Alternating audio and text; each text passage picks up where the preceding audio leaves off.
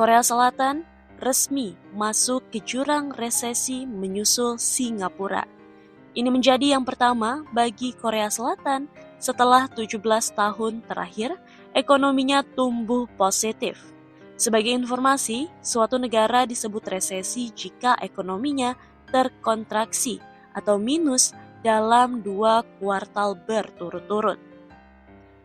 Ekonomi Korea Selatan sebelum ada pandemi virus corona tampak baik-baik saja.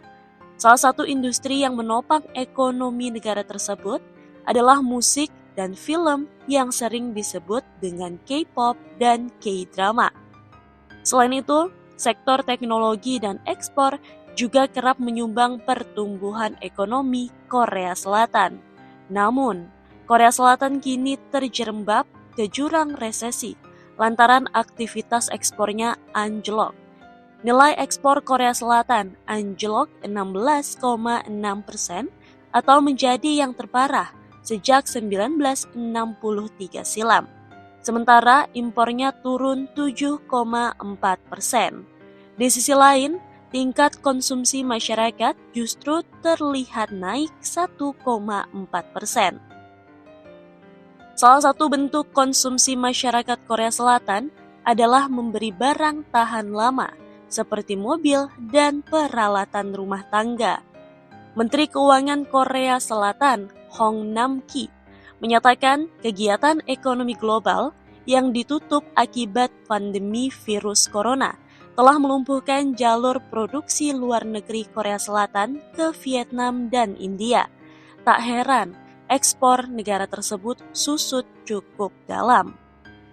Resesi juga terjadi sejalan dengan rencana Presiden Korea Selatan Moon Jae-in menaikkan pajak properti dan penjualan untuk menekan harga rumah, terutama di Seoul. Hal ini membatasi ruang gerak Bank of Korea untuk melonggarkan kebijakan perbankan.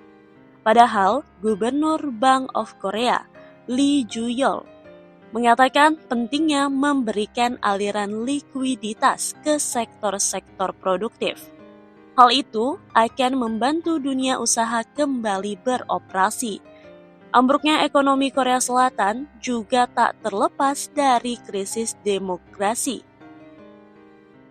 Berbagai daerah di Korea saat ini sedang mengalami krisis demografi akibat jumlah kelahiran yang rendah dan penuaan penduduk.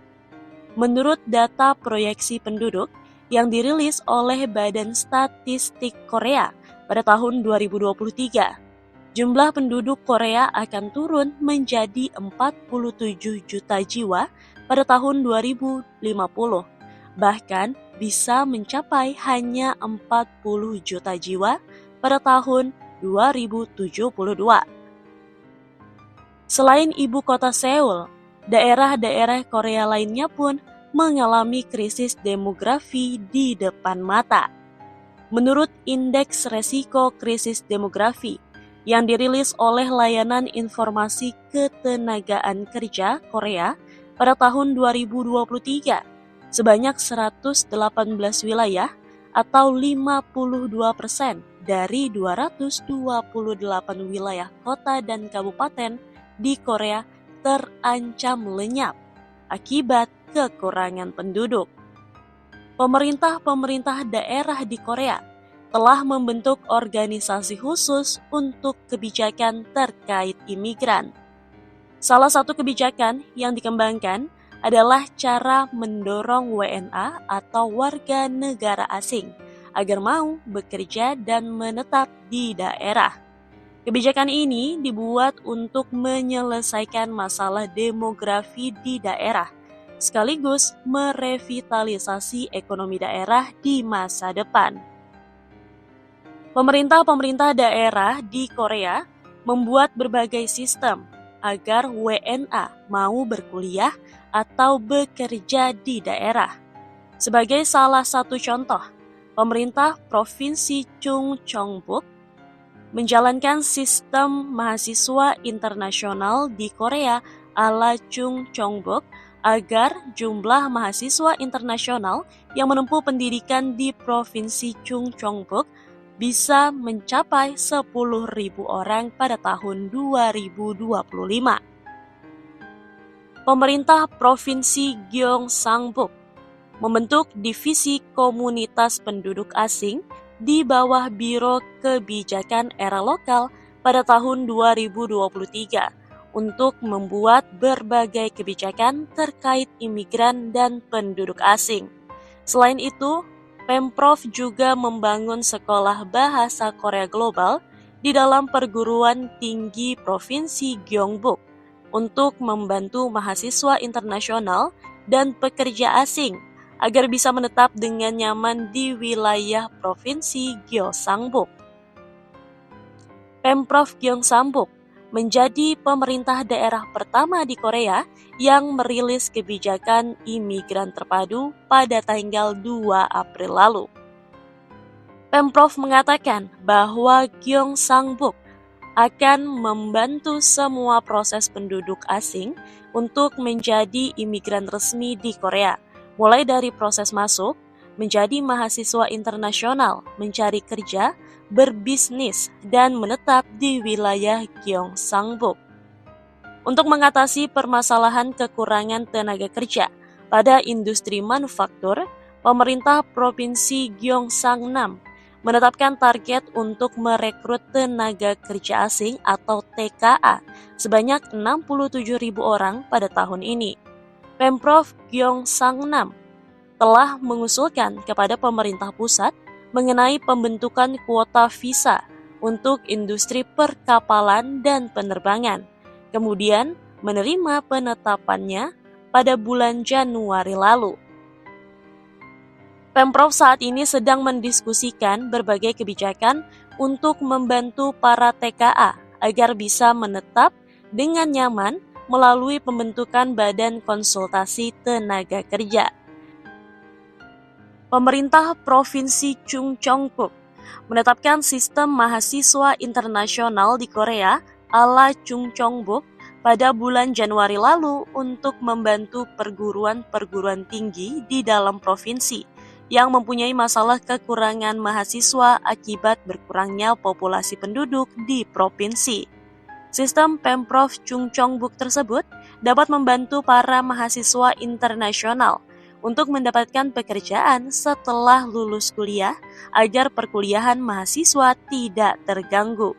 Pemprov akan memberikan bantuan penuh untuk biaya perkuliahan kepada lebih dari 50 orang mahasiswa internasional yang menempuh jenjang pasca sarjana. Mereka juga akan diberikan kesempatan untuk mendapatkan pelatihan bahasa Korea. Target Pemprov adalah jumlah mahasiswa internasional mencapai 10.000 orang hingga tahun 2025.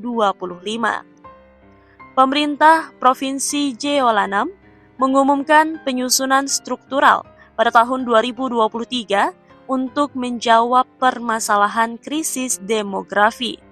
Departemen Kebijakan Penduduk Remaja di dalam Pemprov Jeollanam diubah menjadi satuan tugas 3 level yang berisi Departemen Kebijakan Penduduk, Departemen Harapan Remaja, dan Departemen Kebijakan Imigran. Departemen terkait imigran dibentuk untuk membantu permasalahan populasi di Provinsi Jeollanam sesuai dengan pengumuman Badan Imigrasi Pusat. Departemen ini bertanggung jawab untuk merevitalisasi TKA, salah satunya melalui standar penghitungan rasio TKA atau E7 yang direvisi pada bulan Maret lalu untuk mengecualikan pekerja terampil dan visa khusus regional, sehingga mempercepat revitalisasi penawaran dan permintaan TKA. Pemerintah Provinsi Gangwon juga membentuk Satuan Tenaga Kerja untuk kebijakan terkait WNA pada bulan Desember 2023. Satgas ini bertugas untuk mempersiapkan proyek terkait visa rekomendasi pemerintah daerah, seperti misalnya visa khusus untuk tenaga daerah melalui sistem kuota visa E74, berdasarkan poin atau Key Point E74. Pengorganisasian Satgas tersebut akan diresmikan pada paruh kedua tahun 2024 agar bisa menumbuhkan keseimbangan di dalam provinsi. Tak hanya kebijakan visa, Satgas tersebut juga akan bertugas untuk membentuk kebijakan lainnya mengenai TKA dan imigran, serta mencari cara untuk menarik TKA agar mau menetap di Provinsi Gangwon. Kementerian Kehakiman pun telah memperkenalkan sistem visa penduduk khusus regional untuk membantu pemerintah daerah menambah jumlah penduduk asing. Jenis visa yang diimplementasikan dalam sistem ini adalah F2R atau penduduk asing unggul yang tinggal di daerah dan F4R atau penduduk asing keturunan Korea yang tinggal di daerah. Lebih dari 60 pemerintah daerah menjalankan sistem ini. Penduduk asing yang bisa mendaftar untuk jenis visa tersebut harus sedang bekerja atau memiliki bisnis di Korea, sudah tinggal di wilayah tersebut selama lebih dari 5 tahun, serta memiliki latar belakang pendidikan minimal sarjana atau pemasukan minimal 70% dari PDB atau produk domestik bruto per kapita. Selain itu, penduduk asing tersebut juga harus memiliki sertifikat TOPIK atau Test of Proficiency in Korean, minimal level 3. Penduduk asing keturunan Korea yang bisa mendaftar jenis visa tersebut harus tinggal di wilayah terkait selama lebih dari 2 tahun dan berusia di bawah 60 tahun. Dalam diskusi antara penanggung jawab proyek visa penduduk khusus regional, pada bulan Maret lalu, Kepala Departemen Bantuan Lapangan Pekerjaan Provinsi Chungcheongnam, Jong Myung-gok, berkata,